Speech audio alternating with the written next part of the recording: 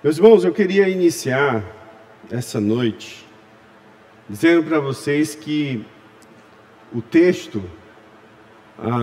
dessa noite, ele tem sido um texto que tem impactado a minha vida há pelo menos um mês. Talvez já são quase um mês ou mais de um mês. Acho que está estourando demais o microfone. Então, talvez mais de um mês ou um mês que eu tenho refletido sobre esse texto. E eu confesso para os irmãos que tem sido uma forma de Deus transformar a minha vida, de Deus moldar o meu coração conforme aquilo que Ele tem na sua palavra. Então, tentar trazer o que Deus me ensinou por meio desses poucos versículos aqui tem sido até um exercício de não ter ansiedade, pois são tantas informações preciosas, são tantas verdades que Deus falou ao meu coração e tem falado ao meu coração, que eu queria transportar aquilo que está na minha mente, que chegou ao meu coração para vocês de uma forma que vocês pudessem compreender o que Deus tem feito. E eu vou tentar, ao som dessa chuva maravilhosa, no tempo que nós temos, eu vou realmente tentar entregar tudo aquilo que Deus tem entregado ao meu coração por meio da sua palavra. Nós estamos dando continuidade ao Sermão do Monte, e especificamente nós estamos falando sobre o Evangelho do Rei, exatamente no livro de Mateus.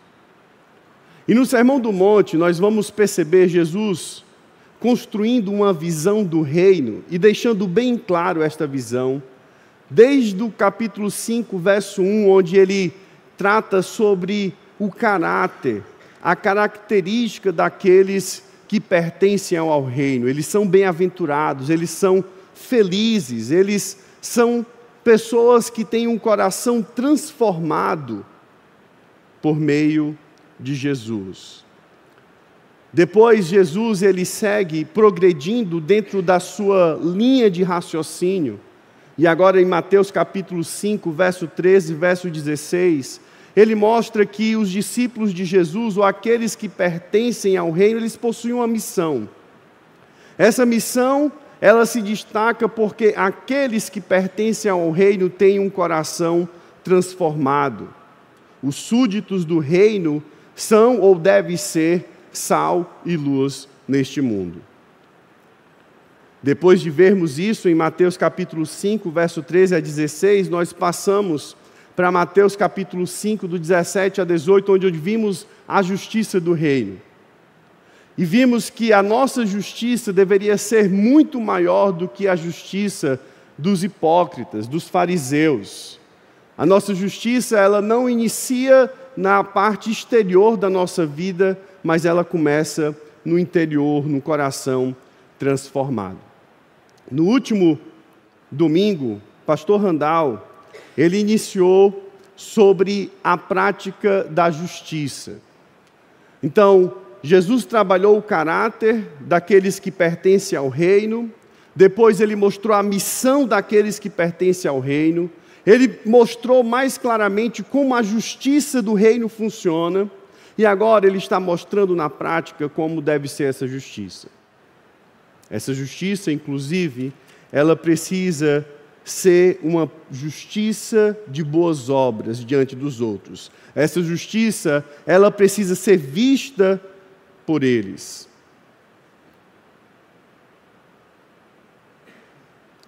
Nós vimos no domingo passado, sobre a questão das esmolas. E hoje nós queremos ver sobre a questão da oração. Eu quero ler com os irmãos Mateus capítulo 6, do verso 5 ao verso 15.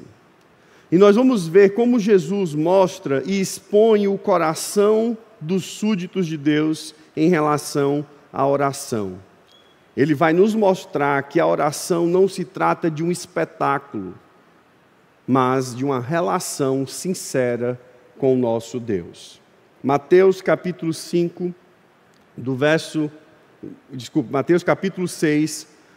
5 ao verso 15, diz assim: E quando vocês orarem, não sejam como os hipócritas. Eles gostam de ficar orando em pé nas sinagogas e nas esquinas a fim de serem vistos pelos outros. Eu lhes asseguro que eles já receberam sua plena recompensa. Mas quando você orar, vá para o seu quarto, feche a porta e ore ao seu pai, que está em secreto. Então seu pai, que vê em secreto, o recompensará. E quando orarem, não fique sempre repetindo a mesma coisa, como fazem os pagãos. Eles pensam que por muito falarem serão ouvidos. Não sejam igual a eles, porque o seu pai sabe o que vocês precisam, antes mesmo de o pedirem. Vocês orem assim: Pai nosso que está nos céus, santificado seja o teu nome. Venha ao teu reino, seja feita a tua vontade, assim na terra como no céu. Dar-nos hoje o nosso pão de cada dia. Perdoa as nossas dívidas, assim como perdoamos aos nossos devedores. E não nos deixe cair em tentação, mas livra-nos do mal, porque teu é o reino, o poder e a glória para sempre. Amém. Pois se perdoarem as ofensas uns dos outros, o Pai Celestial também lhes perdoará. Mas se não perdoarem uns aos outros, o Pai Celestial não lhes perdoará as ofensas. Vamos orar ao nosso Deus. Deus, mais uma vez eu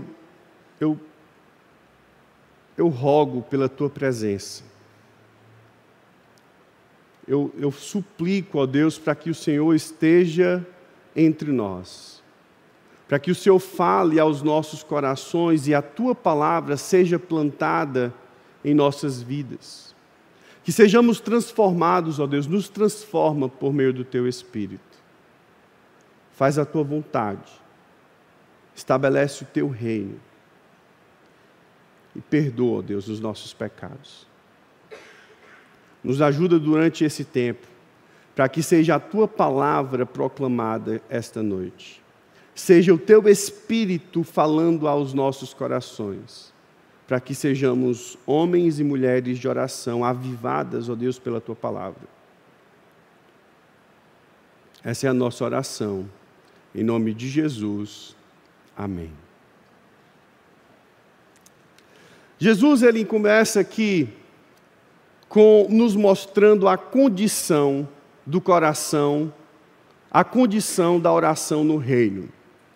A sentença que Jesus começa e nos mostra está aqui no verso 5, e ele diz: quando vocês orarem. Jesus, ele está assumindo que o discípulo de Jesus, de seu discípulo, ele ora.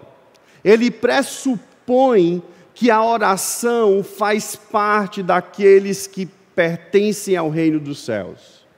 A oração não é condicional. A condição aqui, ou a oração, não é ou não deve ser utilizada quando você tiver vontade. Se você for orar, naquele momento que você talvez queira orar. A pressuposição de Jesus é que o discípulo dele ora. Jesus, ele não está aqui isentando a oração dos seus servos.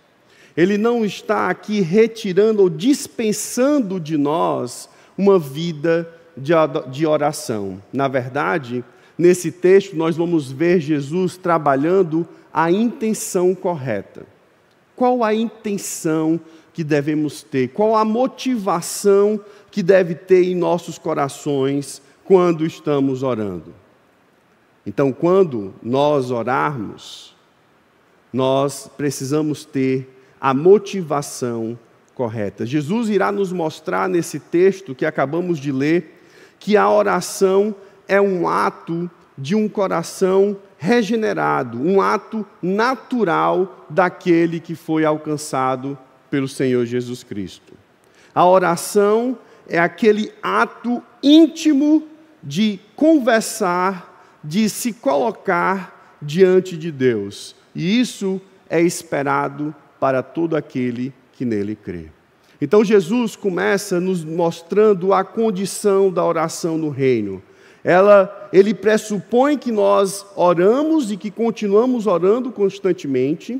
Ele vai nos mostrar a intenção correta que devemos ter no nosso coração. E ele irá mostrar que a oração é um ato natural de nós que cremos no Senhor Jesus Cristo. É algo que flui das nossas vidas, é algo que deveria estar entrelaçado no nosso sangue, no nosso respirar. Em resumo, então, quando pensamos na prática da justiça no reino, a primeira verdade é que o discípulo, ele ora. Ele fala com Deus. Ele se relaciona. Nós vamos ver que a oração é muito mais do que aquele momento em que você para por alguns segundos para agradecer pela comida. Ou que na correria do dia a dia você lembra, eu vou orar aqui a Deus. A oração é algo que mostra a intimidade do discípulo de Jesus com o seu Pai. Então ele mostra essa primeira verdade e ele inicia mostrando o que é errado nas orações, as proibições que estão relacionadas com a oração. A primeira proibição que ele nos mostra é que nós não podemos ser como os hipócritas. Ele diz, e quando vocês orarem, não sejam como os hipócritas. Os hipócritas, ou a palavra especificamente é hipócrites, que significa nada mais, nada menos do que uma pessoa que finge ser o que não é. Lá na antiga Grécia, os hipócritas seriam aquelas pessoas que estavam atuando no teatro. Então, não necessariamente hipócritas ou hipócritas seriam pessoas ruins na antiga Grécia. Porque eram simplesmente a descrição de alguém que estava fazendo teatro com máscaras, representando um personagem. Jesus, então, diz que os hipócritas ou os pagãos são aqueles que fingem ser algo que não é. São aqueles que, apesar de se mostrarem externamente que são piedosos e santos, e que externamente buscam a Deus, a sua vida está longe da verdade. Eles não representam aquilo que Deus realmente espera de nós. Eles são hipócritas. E ele então diz, quando nós orarmos, nós não devemos ser como os hipócritas. Porque a oração verdadeira, ela nasce da sinceridade e não da aparência. Os hipócritas, os pagãos, os fariseus, aqueles publicanos que estavam muitas vezes nas praças e nas sinagogas, exalando uma santidade vazia, oca, uma vida de máscara, não representava aquilo que Deus esperava dos seus discípulos. Eram pessoas de aparência. Nossa oração não deve ser como a dos hipócritas. Sabe por que a nossa oração não deve ser parecida ou não deve ser como a dos hipócritas? Porque eles gostam de ficar orando em pé nas sinagogas e nas esquinas, a fim de serem vistos uns pelos outros. Os hipócritas, meus irmãos, eles buscam a visibilidade pública. Eles anseiam para serem aprovados pela humanidade ou pelo público que o assiste. Jesus, ele não está condenando a oração pública. Isso é muito importante de nós salientarmos. Jesus, ele está condenando uma exibição espiritual. Ele está condenando aquela atitude vazia daqueles que estão orando nas sinagogas, em pé, nas esquinas. Por que ele está condenando? Porque eles querem apenas serem vistos. Eles querem apenas serem reconhecidos pelos homens. É o que o texto diz. A fim de serem vistos pelos outros. Eles possuem uma motivação errada.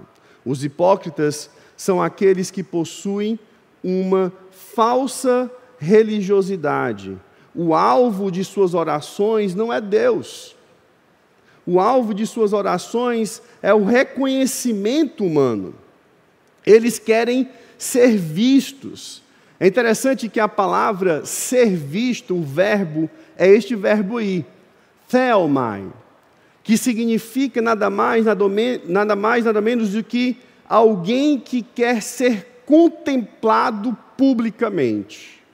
Alguém que quer apenas dar um show de espiritualidade. Alguém que quer se mostrar espiritual, mas que, na verdade, no seu coração, o seu coração está totalmente vazio. São pessoas vazias de Deus. São pessoas que não têm sinceridade quando estão orando. Estão soltando palavras talvez bonitas, versículos memorizados do Antigo Testamento ali. São pessoas que de alguma forma conhecem o palavreado daqueles que creem em Jesus. Eles procuram as melhores palavras, eles são bons em oratória. Eles então se impõem no público e eles oram com força, mas o que eles estão buscando apenas é serem vistos. A sua motivação, a sua intenção está longe da vontade de Deus. Eles possuem uma motivação errada que anula a sua oração. Precisamos ter muito cuidado quando estamos orando, meus irmãos. Precisamos ser sinceros quando estamos orando ao nosso Deus. E eu confesso que nesses últimos dias, semanas, meses, eu tenho me pegado orando e eu fico, na minha oração, eu fico dizendo, mas Senhor, peraí, calma aí. Eu estou orando porque eu preciso orar, mas parece que a minha oração, ela tem um único e específico desejo de alguma forma barganhar contigo, Deus, para que o Senhor me ouça. Parece que a minha busca constante de perceber o teu poder na minha vida, através da oração, parece confuso. E eu brigando com a minha mente, com o meu coração, conversando com Deus, e eu dizia, Senhor, eu quero ter a intenção correta. Eu não quero aqui estar barganhando contigo. Eu não quero estar aqui trazendo palavras bonitas, mesmo que no secreto, mesmo que na madrugada das noites que se passam. Eu não quero simplesmente fazer o sacrifício para que você possa me dar, ou para que eu sinta que o Senhor vai me ouvir. É uma luta. A sinceridade da oração, a reflexão sobre a oração é muito mais do que pronunciar palavras, meus irmãos. É muito mais do que rapidamente dizer, em nome de Jesus e amém. É muito mais do que você falar palavras que você nem está realmente crendo naquilo que você está falando. Parece que muitas vezes, quando estamos orando, estamos falando ou transmitindo as palavras para a parede ali. Não há ninguém. Nós muitas vezes não oramos porque é isso que nós cremos, nós não sentimos a presença de Deus. A nossa palavra não passa de repetições ou de jargões vazios que buscam uma visibilidade, que possuem muitas vezes a intenção incorreta.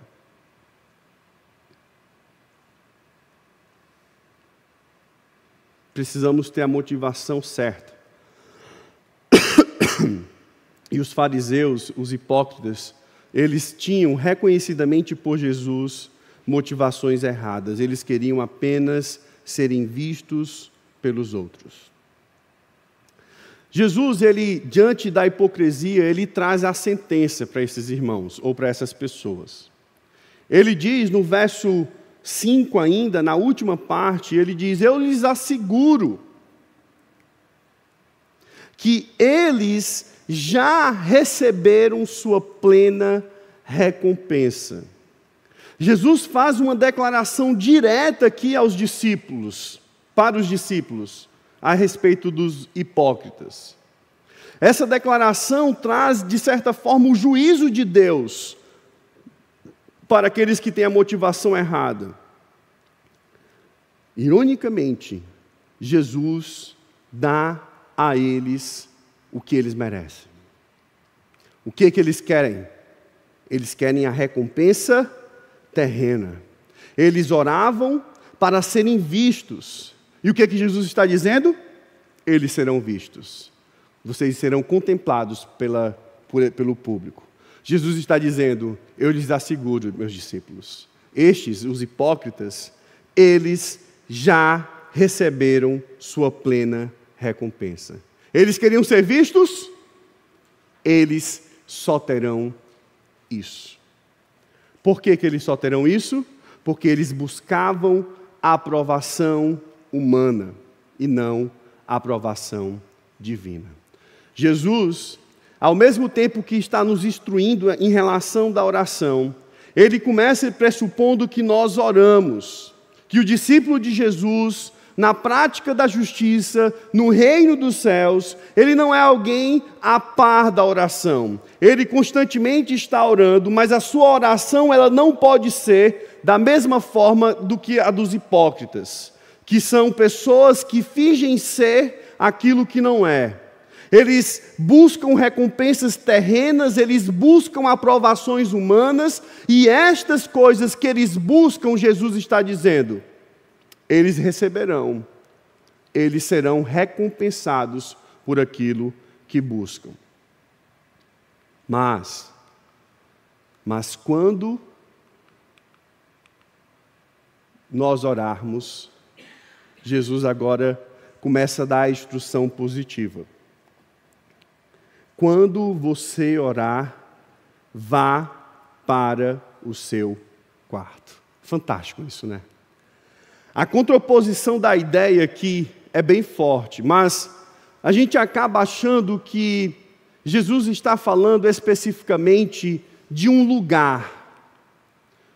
E acaba que, se talvez você interpretar isso de forma literal, você então vai achar que a oração só deve ser feita num quarto. E aí agora você não vai orar mais em nenhum lugar, você vai só se direcionar para a sua casa, seu quarto, e você vai orar. Jesus não está falando sobre isso, mas Jesus ele está trazendo para nós algo importante sobre a oração. Jesus ele está nos mostrando sobre a intimidade, um modelo, melhor dizendo, alternativo, a qual nós devemos seguir. A oração deve ser algo íntimo, deve acontecer na nossa intimidade, no nosso relacionamento com Deus. A oração, ela deve ser muito mais do que momentos rápidos, reflexos rápidos, quando alguém no grupo do WhatsApp pede uma oração especificamente por alguma coisa e você diz, eu vou orar. Muitas vezes nem ora. Às vezes acha que colocar a mãozinha ali do emoji de que vai orar, ou que orou, ou alguma coisa, já é suficiente. O que importa é a intenção do meu agir. Que aquela pessoa possa se sentir bem, achando que aquela mãozinha, aquele emoji assim, daquelas mãozinhas assim, significa que eu orei. Isso não é oração, meus irmãos. Um emoji no WhatsApp não é oração. É muito mais do que o emoji. É muito mais do que aquela oração rápida, de urgência. Parece que muitas vezes nós só estamos orando na urgência dos acontecimentos que ocorrem em nossas vidas. A oração nos traz para algo de intimidade. É íntimo, é secreto. Naquele momento, você e Deus. Onde você abre o seu coração para Deus, onde você revela as suas falhas, os seus pecados, onde você intimamente se derrama diante de Deus por causa das suas dores. É sincero, porque não tem ninguém ouvindo a não ser você e Deus. Não tem ninguém para aplaudir ou para se comover. A oração, ela é íntima. É um momento de relacionamento sincero, secreto. Um momento que muitas vezes não estamos dispostos a fazer. Não queremos parar o nosso dia corrido para orar.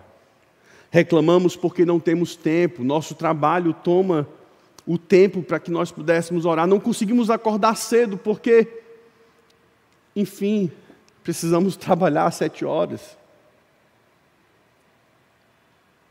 Tem um livro que eu estou lendo agora, O Poder de Deus por Meio das Orações, ou através das orações, do Bounds. O capítulo 5, ele simplesmente me destruiu, desse livro. Porque ele começa a citar homens de Deus, os puritanos, como eles encaravam a oração. Tinha homens ali, eu não lembro os nomes especificamente, eu não coloquei na projeção, que eles tinham um tempo de culto com a família às 7:30 da manhã. Sabe o que eles faziam? Acordavam 4 horas da manhã, para ter um tempo de oração e relacionamento com Deus íntimo, sincero, secreto. De 4 até às 7 horas, ele preparava o café da manhã, depois ele iria ter o culto doméstico. Outro dizia que, como ele trabalhava durante todo o dia, ou tinha muitos afazeres durante o dia, visitar famílias e tudo, ele acordava 4 horas da manhã e orava até 8 horas da manhã, antes de começar o dia. Antes de todas as coisas. Outro dizia que eu não posso começar os dias sem ter a principal conversa, sem ter o momento mais íntimo com o meu Deus. Eu não posso fazer nada antes de ter o tempo com Deus. É como se eu começasse o dia já errado no mundo. Eu fiquei pensando, meu Deus, como eu sou distante desses homens.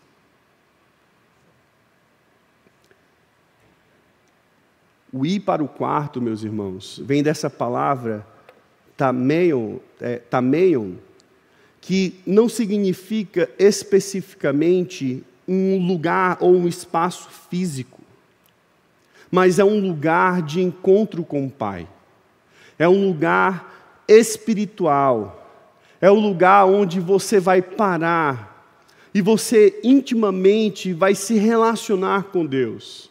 Você vai clamar a Deus. Você vai entregar a sua vida a Deus. Você vai chorar diante dele se preciso.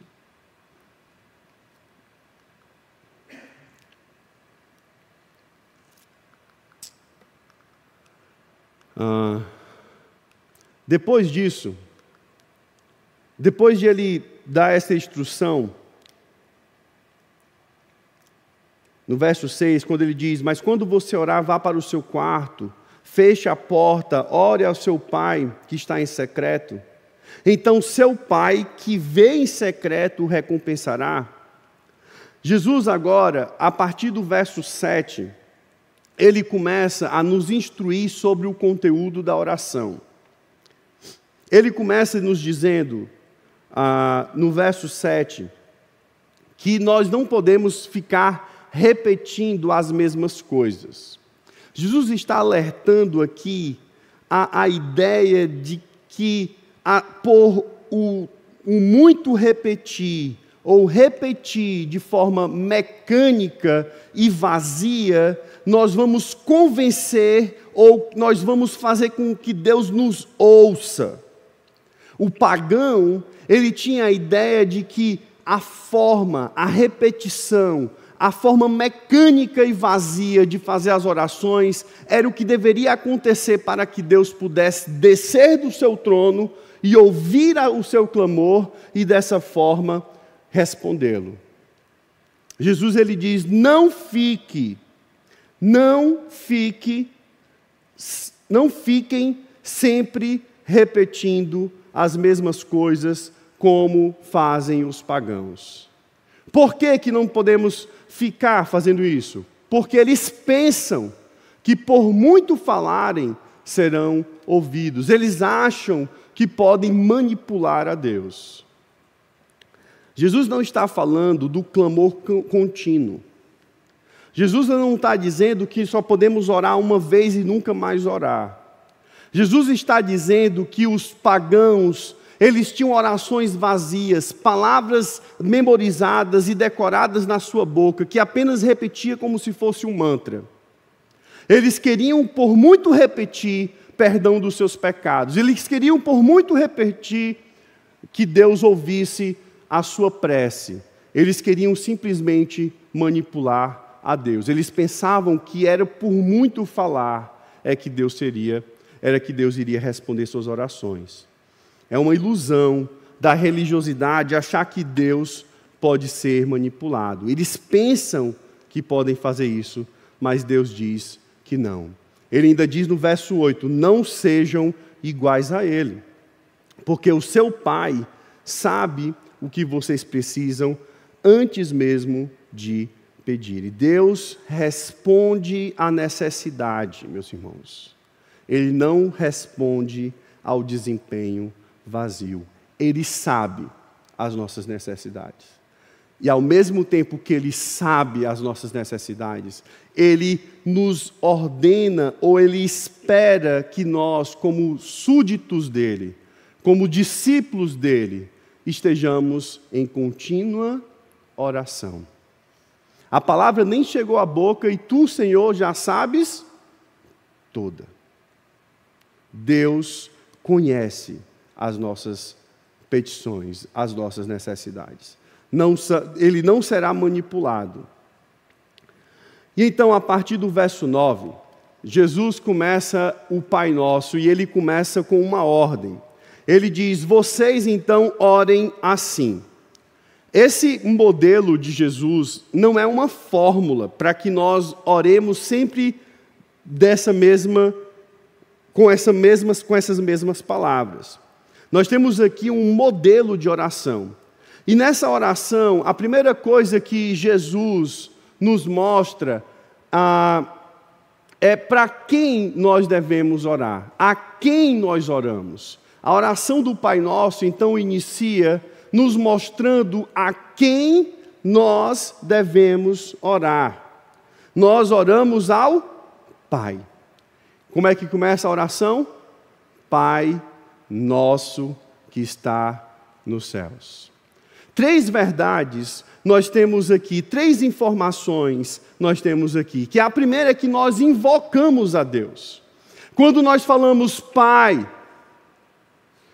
nosso que está nos céus, o que nós estamos fazendo, em outras palavras, é invocando a Deus. É clamando, rogando para que Ele entre em nossa presença, nós pedimos a sua presença, nós rogamos para que Ele nos ouça. Jesus ordena que nós clamemos a quem está nos céus. Então, eu não sei se você começa a pensar como eu, mas eu fico pensando que naquele momento, no quarto, no secreto, na intimidade com Deus, a primeira coisa que eu quero fazer é que Deus esteja presente. E eu digo, Pai, enche essa sala. Eu estou lendo uma outra biografia de um missionário que nos Estados Unidos, eu só sei o nome David, aí eu perguntei para Lídia esses dias o outro nome dele. É Brainerd. Acertei mais ou menos? David Brainerd, né, em português. Ele dizia nas suas orações, ele é um homem melancólico, eu me identifico muito com ele. Eu estou lendo assim, parece que eu estou lendo, eu escreveria isso se eu fosse ele, né? E eu estou lendo aqui, tem sido fantástico. Meus irmãos, eu comprei esse livro há talvez mais de 10 anos atrás. Eu nunca tinha lido, eu acho que eu não tinha maturidade para ler. Agora eu estou lendo. Tem sido tão maravilhoso. Porque parece que eu estou andando com ele enquanto ele está descrevendo a vida dele. 1742. Fantástico. Se você acha que tem maturidade, eu lhe empresto depois. Aí você pode descobrir se tem a maturidade ou não quando começar a ler. Foi como eu descobri. E ele estava lá, na sua vida, caminhando na floresta, e ele estava orando a Deus. E a oração dele dizia assim, Pai, eu quero sentir o Senhor. Eu quero sentir a Tua presença. Eu quero perceber o Teu amor diante da minha pequenez, diante dos meus pecados. Eu não sou digno da Sua presença, essa é a verdade, ele fala. Mas eu quero, eu desejo estar diante de Ti. Ele diz que não porque aconteceu algo sobrenatural, não porque uma ave voou de cabeça para baixo, alguma coisa do tipo. Ele simplesmente, em um determinado momento, o livro não diz o que ele viu, mas naquele momento, dentro da floresta, ele percebeu a presença de Deus. E ele louvou a Ele. Parecia que como se ele estivesse invocando Deus e Deus dando esse gostinho assim para ele. Deus estava lá com ele descreve, eu senti Deus, e por aqueles momentos, aquelas horas, aquelas semanas, foi maravilhoso entender que Deus estava comigo. A oração do Pai Nosso, então, começa com essa invocação, esse clamor, Pai, Tu que está nos céus, vem, ouve o meu clamor, ouve a minha oração. Jesus deixa claro que esse Deus, Ele transcende todas as coisas. Ele está no céu, Ele está fora de tudo aquilo que foi criado, inclusive Ele está fora de nós, Ele transcende a nós. Jesus o qualifica como Deus, o Deus Todo-Poderoso, mas ao mesmo tempo, Ele equilibra a sua majestade e a sua identidade conosco, porque Ele diz, Pai Nosso. Essa seria a segunda informação. Ele nos identifica como filhos. A oração trata-se de uma invocação a Deus. Nós invocamos Deus para que Deus esteja presente conosco. Mas, ao mesmo tempo, Ele nos identifica com o Criador de todas as coisas. Não é simplesmente Deus. Não é simplesmente o Criador do mundo. Não é simplesmente o meu Criador, mas é o meu Pai. É o meu Deus. É aquele que me comprou com o sangue do Senhor Jesus. É aquele que me resgatou mesmo quando eu não queria. É aquele que me transformou através da morte do nosso Senhor. Ele diz, Pai Nosso. O que nos mostra também uma oração comunitária. Uma oração comum. Uma oração que deve ser feita pelo seu povo. Ele diz: Pai nosso que está nos céus. Então, a primeira parte dessa oração nos mostra que devemos invocar a Deus, nos identifica nós como filhos dele e nos mostra que a oração ela é comunitária. Ao orarmos, então, devemos invocar a nosso Deus, que é o nosso Pai e que está nos céus. Esta oração é comum a todos. A próxima parte da oração, Jesus ele divide em duas partes bem claras. A primeira parte eu chamo de petições prioritárias. São pedidos cujo foco do pedido é Deus e o seu reino. A segunda parte são as petições humanas, são aquelas que são centradas em nós. Então perceba a oração. Jesus diz que devemos orar, clamando, invocando ao Pai, que é o nosso Pai. Essa oração é comum a todos, nós invocamos Ele na nossa presença. Os primeiros pedidos não estão relacionados conosco, mas estão relacionados com o próprio Deus. Ele diz: santificado seja o teu nome. Talvez você pense que a oração está dizendo que Deus precisa se santificar. Mas Deus não precisa se santificar. Não é um pedido para que Deus se torne mais santo. Deus não precisa ser santificado em si. Ele já é completamente santo. Não estamos pedindo que Deus mude. Estamos pedindo que as pessoas mudem sua percepção a resposta a Ele. É um pedido para que as pessoas tratem o nome de Deus como santo, separado, único, glorioso. É um pedido para que o mundo reconheça quem é Deus. É um pedido para que a santidade de Deus seja honrada na terra. É um pedido para que a glória de Deus seja vista, seja reverenciada.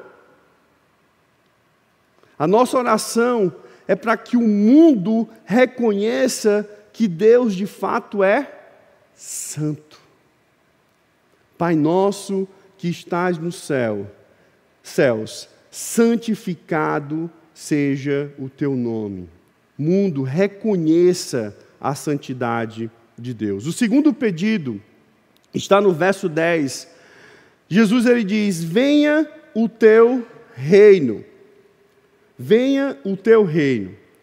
Aqui nós temos um pedido para que o reinado ativo de Deus, para que o reinado ativo de Deus se manifeste cada vez mais no mundo, tanto no presente quanto no futuro. O reino aqui não é um lugar, é o governo, é o domínio e a soberania de Deus. O que Jesus está dizendo é que nós precisamos orar para que o reino de Deus se manifeste aqui ativamente enquanto vivemos. O seu reino seja estabelecido aqui. Este reinado, ele tanto abrange aspectos do presente como abrange aspectos do futuro. Observe, por exemplo, quando estudamos Mateus capítulo 4, verso 17, nós vimos que o reino de Deus estava próximo. Arrependam-se, pois o reino dos céus está próximo. Então, pedir que o reino de Deus venha, ou venha o teu reino, significa que mais pessoas possam se render ao governo de Deus. Mais pessoas se arrependam dos seus pecados. Pedir venha o teu reino significa que a igreja viva segundo os valores do reino. Significa que a justiça, a verdade e a graça de Deus avancem no mundo. Significa que o evangelho transforme famílias, cidades e nações agora. À medida que o reino de Deus, ou o reino do céu, se estabelece na cidade de Dois Irmãos, através da igreja, ministério bíblico de Dois Irmãos, mais famílias serão transformadas. Mais cidades serão alcançadas. Pedir para que o reino venha é pedir que o domínio de Deus cresça no aqui e agora. Agora, quando pensamos no aspecto futuro do reino, quando pedimos, venha teu reino, nós estamos pedindo para que Cristo volte. Porque se Cristo voltar, será estabelecido de forma plena e completa o reino de Cristo. Nós estamos pedindo para que o juízo aconteça, o final chegue, que a nova criação seja formada, que a vitória final sobre o mal aconteça, que o reino eterno exista plenamente visível. Ou seja, nossa oração expressa o desejo de que o reino pleno e definitivo venha logo. Então, acompanhe comigo. Pai nosso que está nos céus, santificado seja o teu nome, venha teu reino. O cristão, ele ora para que a vontade de Deus avance no mundo. O cristão, ele ora pela vontade de Cristo, pela volta de Cristo. Ele anseia por uma justiça final, redenção total e uma restauração definitiva. A nossa terceira petição é para que a vontade de Deus seja feita. Ele diz, seja feita a tua vontade, assim na terra como no céu. Aqui pedimos algo que é essencial para o reino, que a vontade de Deus governe nossas vidas, que a vontade de Deus governe nossa igreja, o mundo. Aqui nós temos uma oração que mostra submissão, dependência, rendição. É uma oração que expressa um clamor para que o que Deus quer seja de fato feito, não o que nós queremos. Essa oração expressa uma renúncia do próprio eu, uma entrega dos nossos próprios planos, uma submissão ao senhorio de Cristo, uma conformidade à vontade revelada. Você consegue orar assim? Seja feita a tua vontade e não a minha? Lembra da minha oração lá? E eu me pegava dizendo, Senhor, mas parece que eu estou querendo barganhar contigo quando estou orando. Parece que eu estou querendo que a minha vontade seja estabelecida, mas me dá contentamento na tua vontade. Me dá paz e me ajuda a obedecer à tua vontade. A oração, meus irmãos, deve ser a nossa oração, ela deve se alinhar com a agenda do Pai. A nossa oração deve se alinhar com a agenda do Pai. Em segundo lugar, Jesus diz, assim na terra como no céu. Jesus faz uma comparação muito interessante aqui, não sei se vocês já pararam para pensar.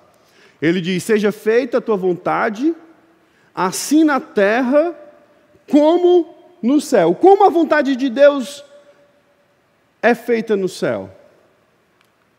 Completamente, imediatamente, alegremente, sem murmuração, sem contestação e sem atraso. É assim que a vontade de Deus é cumprida no céu.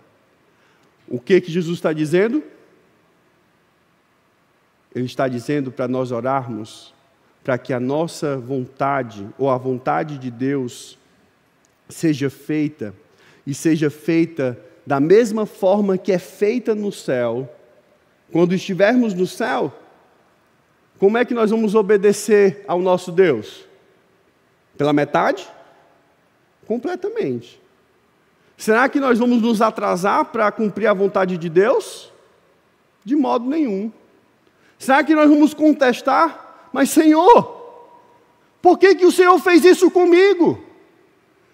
Eu não estou entendendo a tua vontade, Senhor. Por que que o Senhor deixou, permitiu que isso acontecesse na minha vida? Nós não vamos contestar.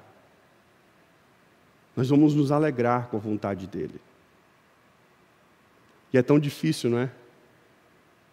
Não é difícil se contentar com a vontade de Deus hoje?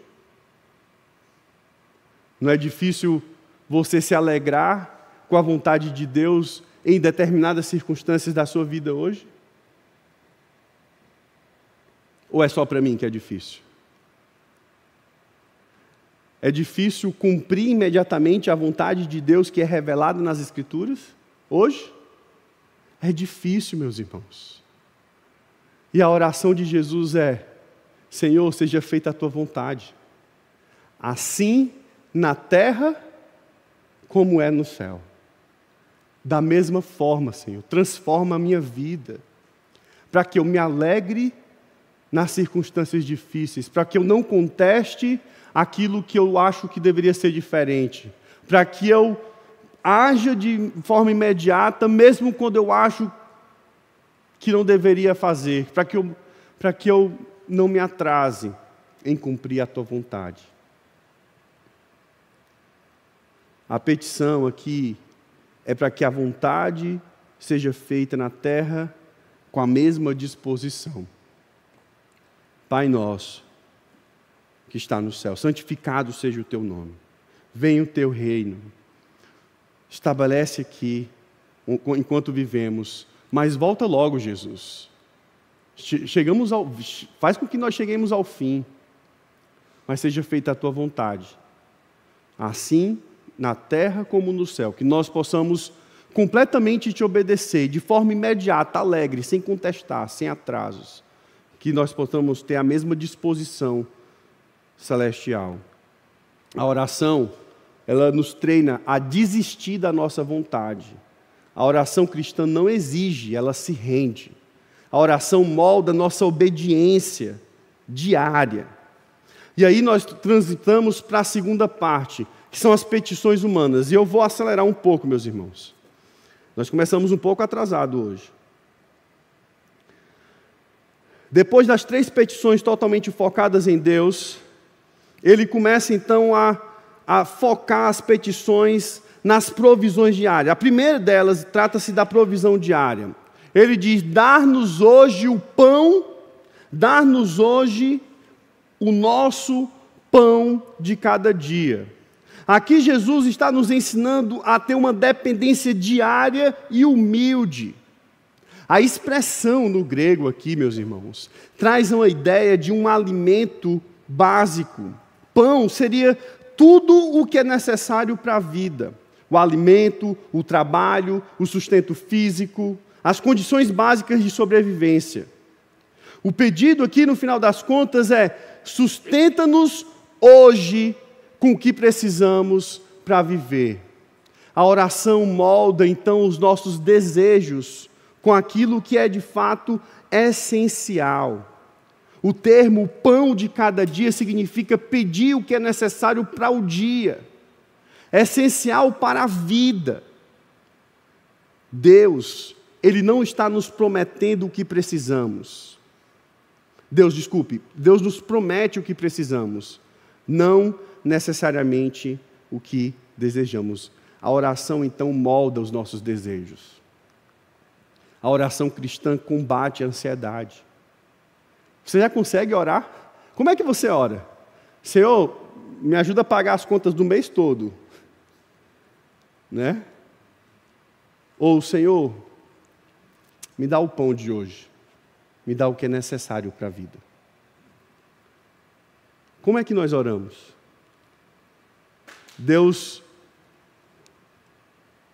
A oração cristã combate a ansiedade. Deus cuida dos detalhes do nosso cotidiano. Todos os detalhes. O discípulo aprende gratidão diária. Tudo que temos vem da mão do Pai. A oração, orar por pão molda a nossa humildade. Dar-nos o pão de cada dia. A quinta petição diz respeito a um dos pontos mais sérios. Inclusive, é a única petição que Jesus explica no final, que é: perdoa as nossas dívidas, assim como perdoamos os nossos devedores. Dívidas aqui, meus irmãos, não é questões financeiras. São transgressões mesmo, são faltas cometidas contra Deus, são pecados. Ele está dizendo: perdoa as nossas dívidas, Deus, perdoa os nossos pecados, assim como nós perdoamos os nossos devedores. Jesus, ele não está aqui dizendo que nós vamos ser perdoados porque perdoamos. Não é esse o ponto. Aqui, Jesus quer que nós estejamos orando para que Deus nos perdoe da mesma forma que já aprendemos a perdoar, como prova de que entendemos o teu perdão. A oração reconhece que nós somos pecadores, que dependemos da graça diária de Deus e que não podemos nos aproximar de Deus sem o perdão. É interessante. No verso 14 e 15 diz: pois se perdoarem as ofensas uns dos outros, o Pai Celestial também lhes perdoará. Mas se não perdoarem uns aos outros, o que acontece?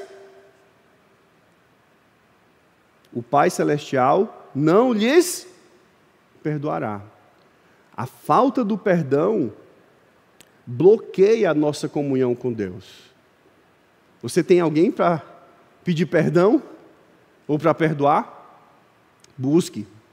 Porque o fato de você não ter perdoado, ou de você não ir buscar o perdão, está bloqueando a sua comunhão com Deus. É o que o texto diz, é que Jesus diz. Perdoe. O relacionamento de perdão é essencial para a vida da igreja. O perdão, o cristão vive em arrependimento diário. O perdão ao próximo é a prova da nossa conversão. A igreja é lugar de relacionamentos reconciliados. A oração confronta o coração ressentido. E por último, não nos deixe cair em tentação. É o sexto, mas livra-nos do mal.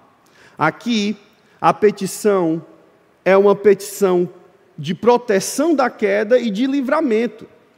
Primeiro, Jesus está dizendo que Ele está pedindo para que Ele não nos deixe cair em tentação, que Ele não permita que nós entremos em situações que ultrapassem nossa capacidade espiritual, que Ele nos guie para longe de armadilhas, que Ele não nos deixe ser vencidos pelas nossas tentações. É isso que diz quando nós clamamos a Deus: não nos deixe cair em tentação.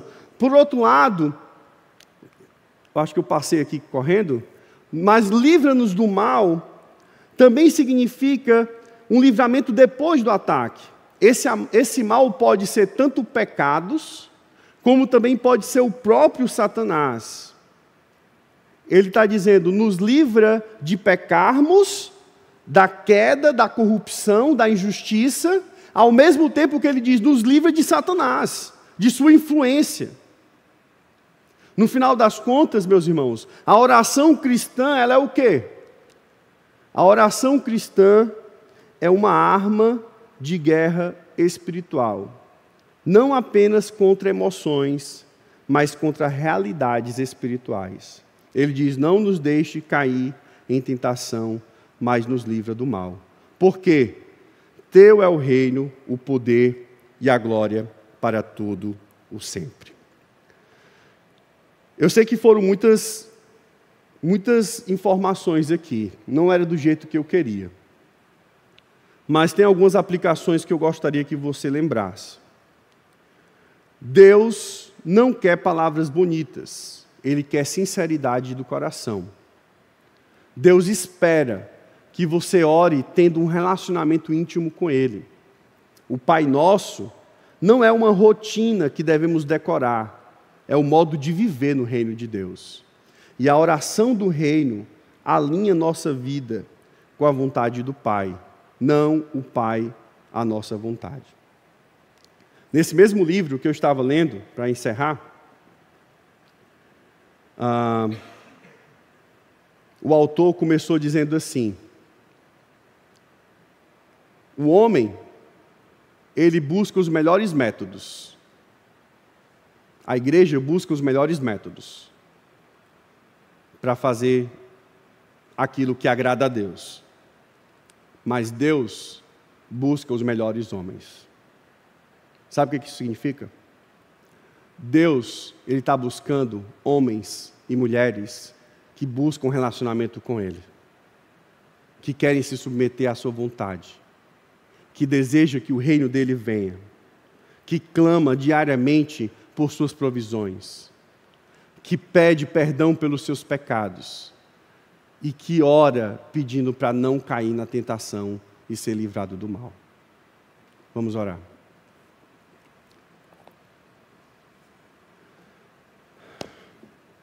Pai nosso que está nos céus, esse é o nosso clamor. Santificado seja o teu nome entre nós.